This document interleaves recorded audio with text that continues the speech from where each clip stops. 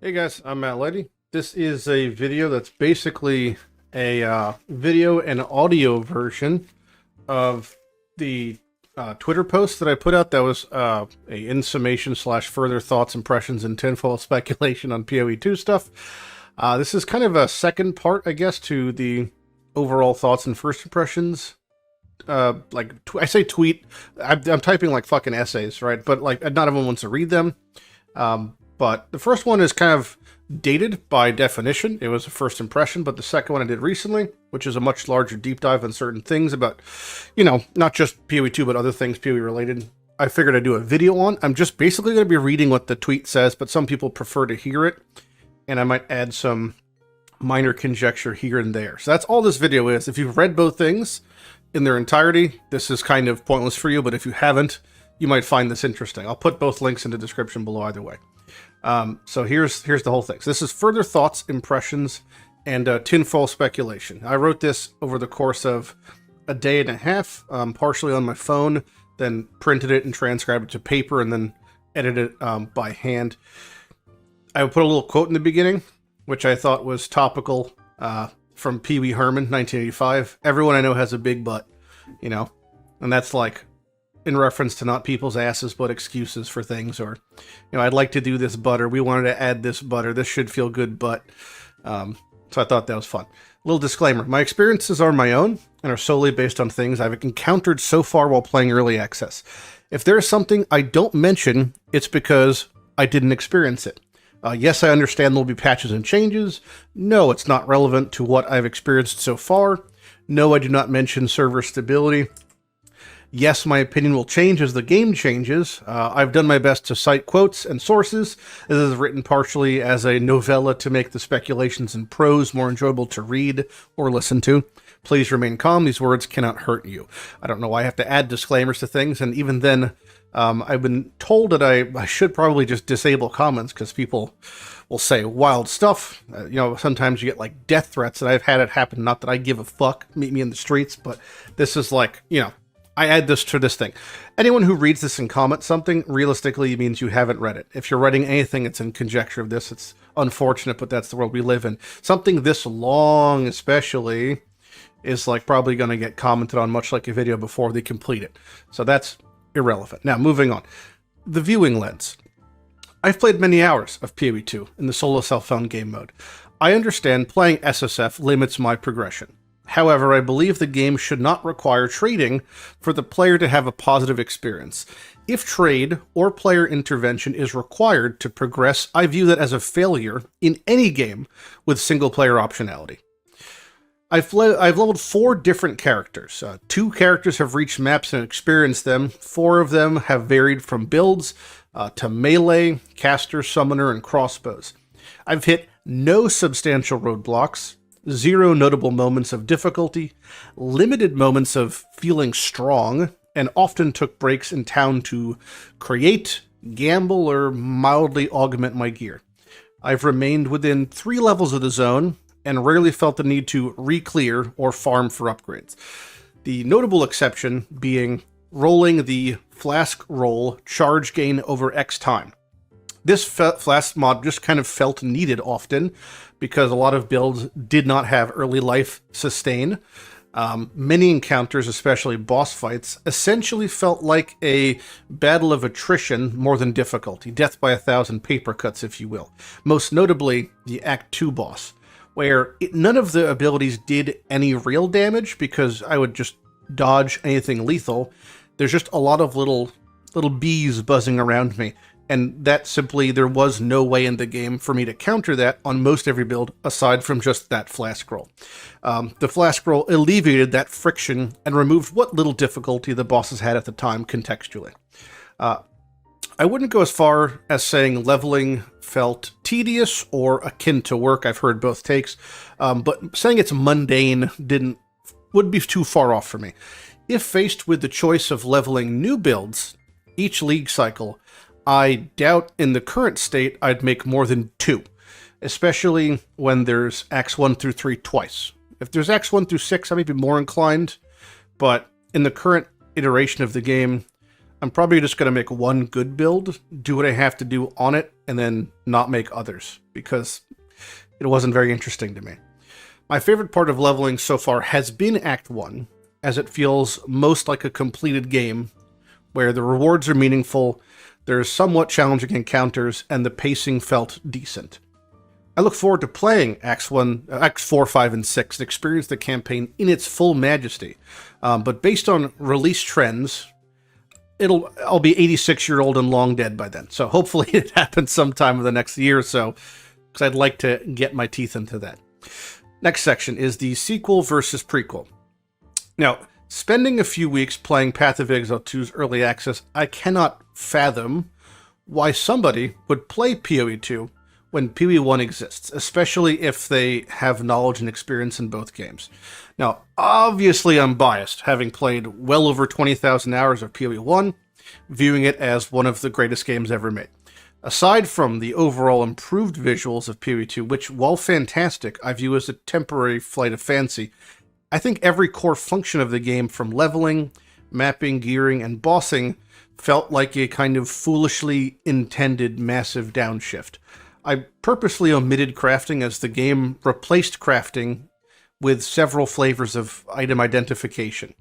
This has actually become more apparent since writing this as I've been leveling a character in Necro Settlers in PoE1, and just going from the stark difference of first character experiences especially, it's like, my opinion's even more codified in that I have no idea why you'd play PoE2 for all the reasons I named when PoE1 exists. It's like there's nothing to sink my teeth into. I have difficulties, no way to resolve them. If the challenges are more prominent, it's like every piece of fighting is more engaging, the drops more meaningful, the tree is more impactful, leveling feels more substantial, your lab, the list goes on. I understand people want to shift in pace from the traditional speed clearing of PoE1, but I think we've blown past the goalposts at ludicrous speed, landing somewhere in the dunes of Dultrum. The selling points of PoE2 being simpler and slower can be achieved in PoE1 currently by huffing copious amounts of glue and allowing the vapors to remap your synapses. Now, alternatively, you could follow, anybody out there watching, you could follow almost any copy-paste build guide on YouTube. There's hundreds. And the subsequent drop in IQ will yield a simpler, slower game by proxy. Next section, 2 steps backwards. So having a widely respected and successful game in PoE1, and then choosing to put it on the back burner to make something slower, simpler, easier, and clumsier is insane to me. Admittedly, PoE1 is missing a revamped new player experience. Still, nothing in PoE2 stands out as an improvement or innovative feature to me. The highlights of PoE2 are quality of life updates taken from existing RPGs such as Last Epic, Lost Ark, Diablo 4, the list goes on. Now, this is actually even more prominent because when PoE1 first came out, originally 10 years ago, so many of its systems and functions, when you think about it, were actually genius and ingenuitive and fresh and new. Whether it's the passive skill tree, the crafting system, even when we got eventually loot filter with the stash allocations, the atlas, everything about PoE1 was genuine genius in the space of ARPGs. Nothing in PoE2 feels like that to me at all. It all just feels like things taken from the games. Like the mapping system is LE, the crafting system is LE, dodge roll, the WASD, it's all just other games, okay? So examples of these include WASD, pause screen, keyword gloss, removal of portal scroll, the list goes on. These things are admittedly highly desirable in games and PoE1 especially, but to me are far from enough to merit creating an entirely new game. That's insane to me. Now, every improvement of PoE1 featured in PoE2 came at the cost of an antiquated, clunky, and poorly designed system. Starting from the more restrictive and limited skill systems, lower visibility enemies, multitude of monster on death effects, the flask well introduction, disingenuous fire target for the projectiles. I mean, I even added some from melee recently, the fact that melee knockback knocks things back out of melee range. There's no longer name locking for WASD. Everything seems like it came at a ridiculous toll, and it was mostly problems introduced than that we were being sold solution. The list of backward steps goes on ad nauseum. I cannot understand why after 10 years of learning, improving, trial and error, to amend these things in your initial game for some reason is taboo. It's like you have so much to look at in PoE1 and you've used none of it. You know, like all the mistakes in PoE2 could be resolved if they learn from PoE1, and it would be a much better game, I think, for that. Now, it's totally within their power to fix these issues, and I hope they do, for the sake of the players, specifically those who have less time to play and enjoy the game than myself, because those people's, again, this is always the situation. Me playing 10, 12 hours a day, I can work past most any friction or issue because of time. Most people do not have that luxury that I have of having that much time. Nothing feels worse than a game not respecting the player's time. So, every system or feature should effectively prompt the series of questions. Does this enhance my experience? Is this consistent with the rest of the game? Is this obstacle surmountable with luck or skill? Is this an improvement upon an existing system? And is this fun for somebody? You know, so the introduction of the flask well, for example, going from just having your flasks auto reset when you're in hideouts or town, was the introduction of the flask well enhancing my experience? Is this consistent with the rest of the game? Is this obstacle surmountable with luck or skill? Is this an improvement upon an existing system? Is this fun for somebody? I would love to hear from anybody out there who went from Path of Exile 1 to Path of Exile 2, used the flask well and said, this enhanced my experience. This was fun for me. Let me know. When you encounter features, gameplays, and mechanics that systematically fail a basic list of checks, to me it's certified double chunk chocolate fucked.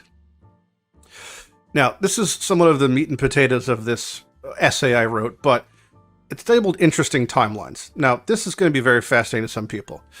So, PoE2's conception is somewhat of a chronological anomaly to me.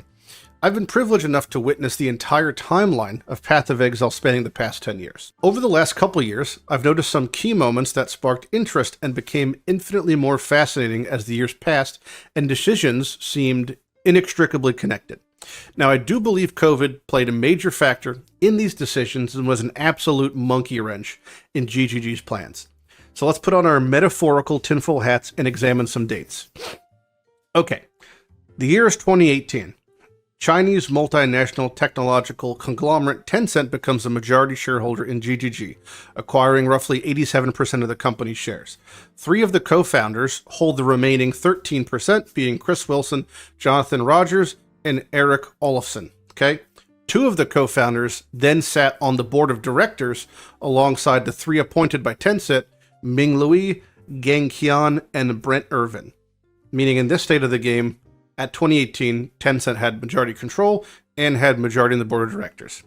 2019, Chris Wilson attends the Game Developers Conference as a keynote speaker stating, "We are designing PoE to be played forever."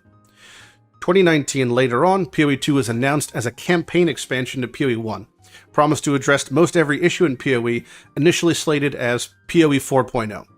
The quote is, Path of Exile is a new 7-act storyline that is available alongside the original PoE1 campaign. Both the old and new story lead to the same shared Atlas endgame. Path of Exile 2 retains all expansion content that has been created over the last 6 years and introduces a new skill system, ascendancy, engine improvements, and more. None of that is really true by today's standards, we know that, but it's interesting to see it from there back then. To that point, later on, Chris Wilson speaks at ExileCon stating, "For years we wanted to make a sequel to Path of Exile. The problem with that is sequels split a community between 2 products. It's also hard for a sequel to compete with the amount of content and feature that original game has. We've just spent 6 years making expansions to Path of Exile, so imagine if we released Path of Exile 2 and it was just a bare campaign with none of the extra content. This would be a sad shell of an action ARPG." 2019. This was the final year that PoE1 was on a normal release schedule of 3-month leagues 4 times annually. Later on 2019, PoE2 trailers released, betas announced for 2020. 2020, COVID hits New Zealand big time, most everything shut down, office work goes remote. 2021, PoE2 trailer number 2 hits, now a planned release for 2024. 2022, PoE2 beta delayed till 2023, full release still slated in 2024. 2023, GGG announces PoE2 will be a separate game from PoE1, which is an obviously direct contradiction to the 2019 statements by Chris Wilson. 2023, GGG announces that PoE1 and PoE2 will run 3-month leagues 4 times annually, each alternating, totaling 8 leagues per year across both games effectively. This is coming off of being 4 leagues at that point of still not being our normal release schedule, but promising that. Next year, 2024, the remaining 3 co-founders, being Jonathan, Chris, and Eric, sold their remaining shares to Tencent, making Tencent the company, the sole owner of Grinding Gear Games. 2024, PoE2 beta begins. Now, full release TBD. All right, so what do all these dates and events really mean? It's effectively impossible to say since we can't really prove if any of these things are connected. We're not a fly in the wall. We don't know what is happening behind closed doors. However, here's what we do know. GGG, Grinding Gear Games, is 100% owned by Tencent, which means when you purchase a supporter pack, it's ultimately going to Tencent, being a $3.95 trillion Chinese conglomerate, and not the initial GGG, the small indie company founded by 4 dudes from Auckland. Now, does that mean that you should stop supporting GGG financially?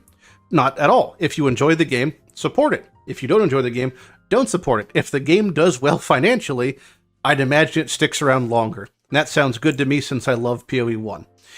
I have no intention of hoping this game fails in either way, because if any of PoE1 or PoE2 becomes a fiscal failure, that game will go away. It's just that simple. Something to note.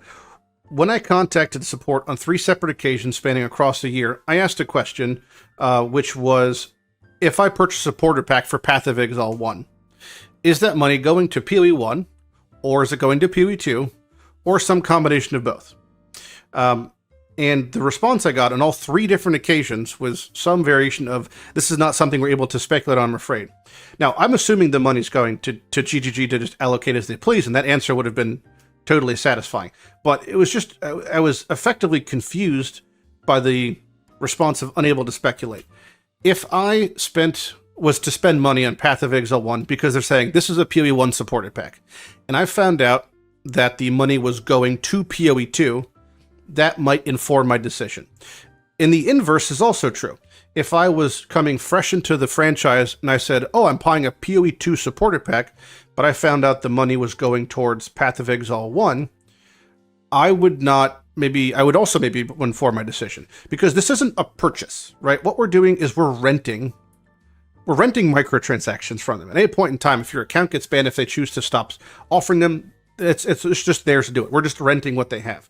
So having some, transparency there would, I think, be helpful, and having unable to speculate being a response to me is strange, especially considering if this sort of thing would happen in any other game, it just wouldn't be accepted. But for some reason, it's like totally taboo to ask that question. Hey, I'm supporting you. This is crowdfunding, right? This isn't me purchasing something. This is a crowdfunding event, being a supporter pack. You're going to support them in this way, because I'm not getting anything back from it. I'm getting a digital asset that you're renting. I'm just curious where the money's going, loosely. Just give me an idea. And that being taboo to me is strange. So I don't even, not the fact that the answer is strange, the fact that we're not even allowed to ask the question to me is strange. Now I get lampolled on fucking, anytime I mention this, because to me it just seems odd that anywhere else, I'm allowed to ask where my taxes go, I'm allowed to ask where anything goes loosely. So it just seems to me to me. Either way, PoE1 and PoE2 are separate games. The future of PoE1 and claims made by Chris Wilson are TBD effectively, as the focus has massively shifted to development and well-being of PoE2. That's obvious. It feels like a newborn child has entered the family, and the first child has been sent off to the kitchen to fend for scraps, while the baby suckles on the fiscal teat of Mother Tencent. Now, based on the above timelines, you could also claim we've effectively missed out on 4 separate PoE leagues because of delays and extensions and release schedules between 2019 and 2024 due to the release schedule of PoE2 and a suspected priority of resource allocation within the company. Now, I don't think that's a totally accurate assessment. It would be a bit disingenuous to say they wouldn't actually be delayed for other reasons, just of their own making. However, if I could have 4 PoE1 leagues magically added to the game, I would want the following expansions. I'd love to see an expansion on Blight, something with the heart of the Blight or a boss. I'd love to see expansion on Harbinger, because we've never gotten to fight the Harbingers. I would like let us fight them. Some Val stuff. I love seeing the Val stuff. Playing through POE2's Act 3, we got to see some really cool Val stuff in the Aztec temples and the Atziri chanting, all that things, so that's really, really cool. I'd love to see more of that. And then ultimately something to do with the new Delirium, because we got to see the strange voice, but never actually engage with the man and fight it. So, resolution and expansion on any of these unfinished themes would be more than welcome. Don't leave me half-hard, give me some closure. So, my current verdict on this is POE2 is totally fine for a game. I think it's good even for an ARPG. The problem is that it feels mediocre when compared to POE1 to me. Now, it's an allowed and obvious comparison. I've heard some people say, you can't compare the games. It's literally and unequivocally a sequel within the same genre. How could you not, it shares every single basic design and framework. How could you not compare them? Like, this is not Godfather 1 to Godfather 2. POE2 looks great, sounds great, but ultimately currently has me pretty underwhelmed compared to POE1. Now, the state of POE2 reminds me of when my wife and I were looking for a home about 5 years ago, bounding around hopelessly, peering into unoccupied houses while guided by various realtors, trying to visualize my future forever home while staring at empty rooms devoid of furniture or function. The positive future that could be was challenging but plausible, and ultimately it all worked out for the best. POE is currently my forever home, and as of now I have no interest in moving. I believe POE2 will be a tasty cake when it finally leaves the oven, but I'm mostly concerned with the cost of its creation and its potential impact on the future of POE1.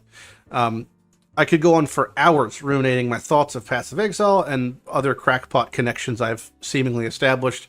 Here's a little sassy part, but unfortunately this is something I'm unable to speculate on, I'm afraid, which is a reference to how I got my email response. But yeah, that's the summation. So TLDR, POE2 to me is just fine at the moment.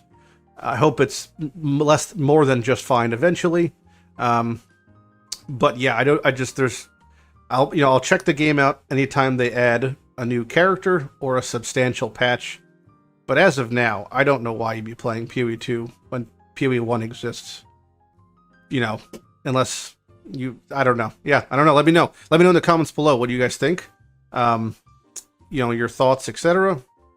Feel free to read both things linked below. I'm Matt Lighty, and I hope you have a good day. Bye-bye.